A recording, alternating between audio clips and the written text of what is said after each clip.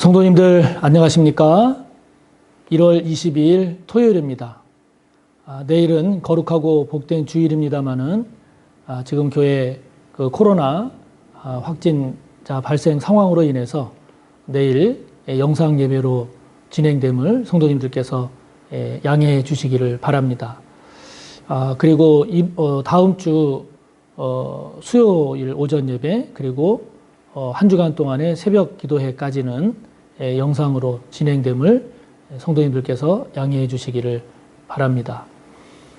지금의 어려운 또 이런 소식을 들으면서 성도님들께서 더 많이 놀라시고 또 당황하신 분도 계셨을 것이고 또 코로나 검사 받으러 가느라고 또 불편하신 성도님들도 계셨으리라 생각이 됩니다.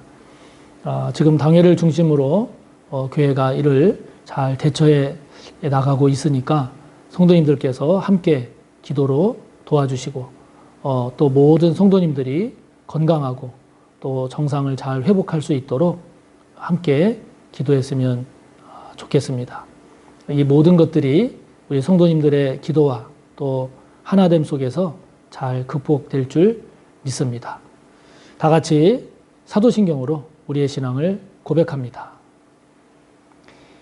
나는 전능하신 아버지 하나님, 천지의 창조주를 믿습니다. 나는 그의 유일하신 아들, 우리 주 예수 그리스도를 믿습니다.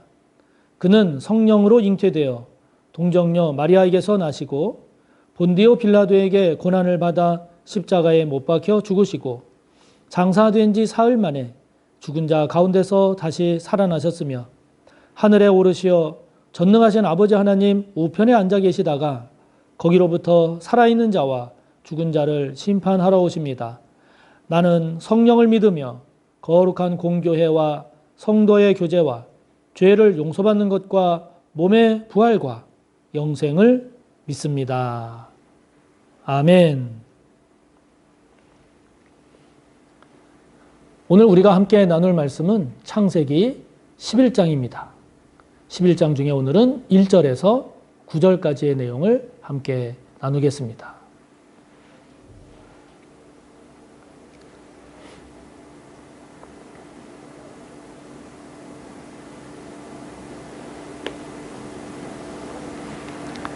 창세기 11장 1절에서 9절까지의 말씀 함께 봅니다. 온 땅에 언어가 하나요 말이 하나였더라. 이에 그들이 동방으로 옮기다가 신할 평지를 만나 거기 거류하며 서로 말하되 자 벽돌을 만들어 견고히 굽자 하고 이에 벽돌로 돌을 대신하며 역청으로 진흙을 대신하고 또 말하되 자 성읍과 탑을 건설하여 그 탑 꼭대기를 하늘에 닿게 하여 우리 이름을 내고 온 지면에 흩어짐을 면하자 하였더니 여호와께서 사람들이 건설하는 그 성읍과 탑을 보려고 내려오셨더라. 여호와께서 이르시되 이 무리가 한 족속이요 언어도 하나이므로 이같이 시작하였으니 이후로는 그 하고자 하는 일을 막을 수 없으리로다. 자, 우리가 내려가서 거기서 그들의 언어를 혼잡하게 하여 그들이 서로 알아듣지 못하게 하자 하시고 여호와께서 거기서 그들을 온 지면에 흩으셨으므로 그들이 그 도시를 건설하기를 그쳤더라. 그러므로 그 이름을 바벨이라 하니 이는 여호와께서 거기서 온 땅의 언어를 혼잡하게 하셨음이니라. 여호와께서 거기서 그들을 온 지면에 흩으셨더라. 아멘. 자, 오늘 우리가 함께 본 본문은 우리가 잘 아는 바벨탑 이야기입니다. 바벨탑 이야기인데 우리가 바벨탑의 내용은 잘 알고 있죠. 잘 알고 있는데 오늘 말씀을 다시 한번 찬찬히 살펴보면서 이 바벨탑 이야기가 우리에게 전해주는 교훈이 뭘까라고 하는 것을 오늘 우리가 다시 한번 생각해 보고 또 기도해 봤으면 좋겠습니다. 1절을 보면은요. 온 땅에 언어가 하나요 말이 하나였다 그랬습니다. 지역이 다르고 그리고 민족이 달라도 말이 하나고 언어가 하나다라고 하는 이 말은 그만큼 소통이 잘 됐다는 거죠. 서로 교류가 잘 됐다는 겁니다. 그리고 신앙적으로 보면 하나님도 잘 경외했다 이런 말이죠. 서로가 공존했습니다. 서로가 사랑했습니다. 그래서 서로 간에는 평화를 이루었습니다. 다시 말하면 바람직한 인간상이죠. 바람직한 인간사회입니다. 온 땅의 언어가 하나요, 말이 하나였다.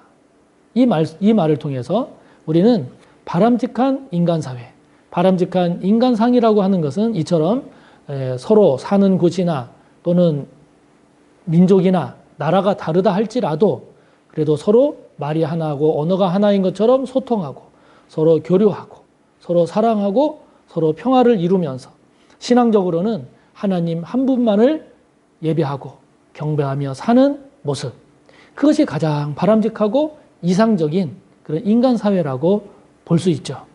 볼 수 있습니다. 그런데 이런 인간사회가 오늘 말씀 7절을 보면 하나님께서 이들의 언어를 흩으십니다. 그래서 결국 9절 맨 마지막을 보면 하나님께서 사람들을 온 지면에 흩으십니다. 이렇게 흩으세요. 언어를 흩으셨다. 특별히 그 7절에 보면 하나님께서 내려오셔서 사람들의 언어를 혼잡하게 하셔서 흩으시는데 이렇게 언어를 흩으셔서 언어를 혼잡하게 하심으로써 결국 그 인간사회는 어떻게 됩니까? 설사 같은 지역에 산다 할지라도 서로 소통이 안 됩니다. 서로 교류가 안 됩니다. 관계가 단절됩니다. 전체 공동체가 흔들리겠죠. 서로 긴장이 높아지겠죠.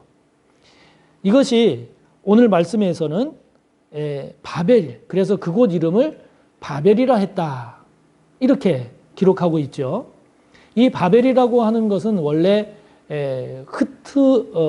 흩어지게 하다라고 하는 그런 뜻은 아닙니다만은 다른 뜻입니다만은 히브리어에 발랄이라고 하는, 즉 혼동하다, 혼돈스럽게 하다라고 하는 발랄이라고 하는 그것과 발음이 유사한 겁니다.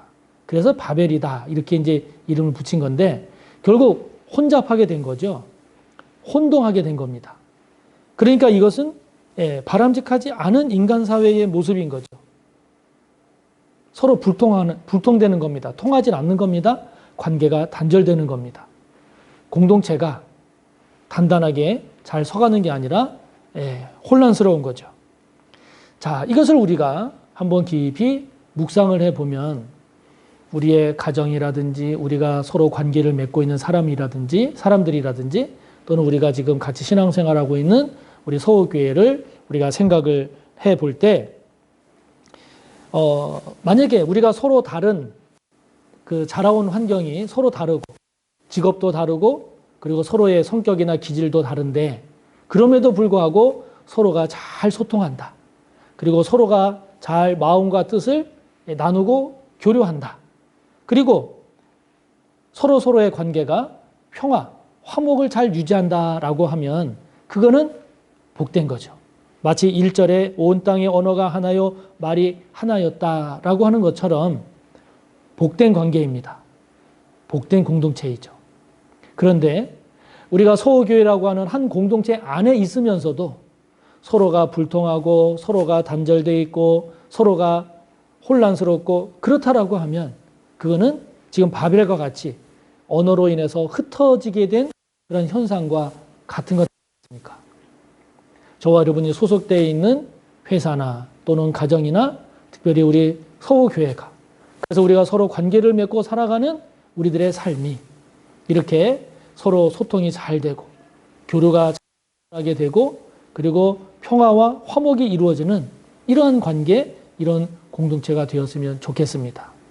한 공동체 안에 있으면서도 서로 소통이 안 되고 서로 관계가 단절이 되고 그리고 질서가 유지되지 아니하고 혼란스럽다라고 하면 하나의 공동체 안에 있으면서도 참 불행하고 안타까운 모습이 아니겠습니까?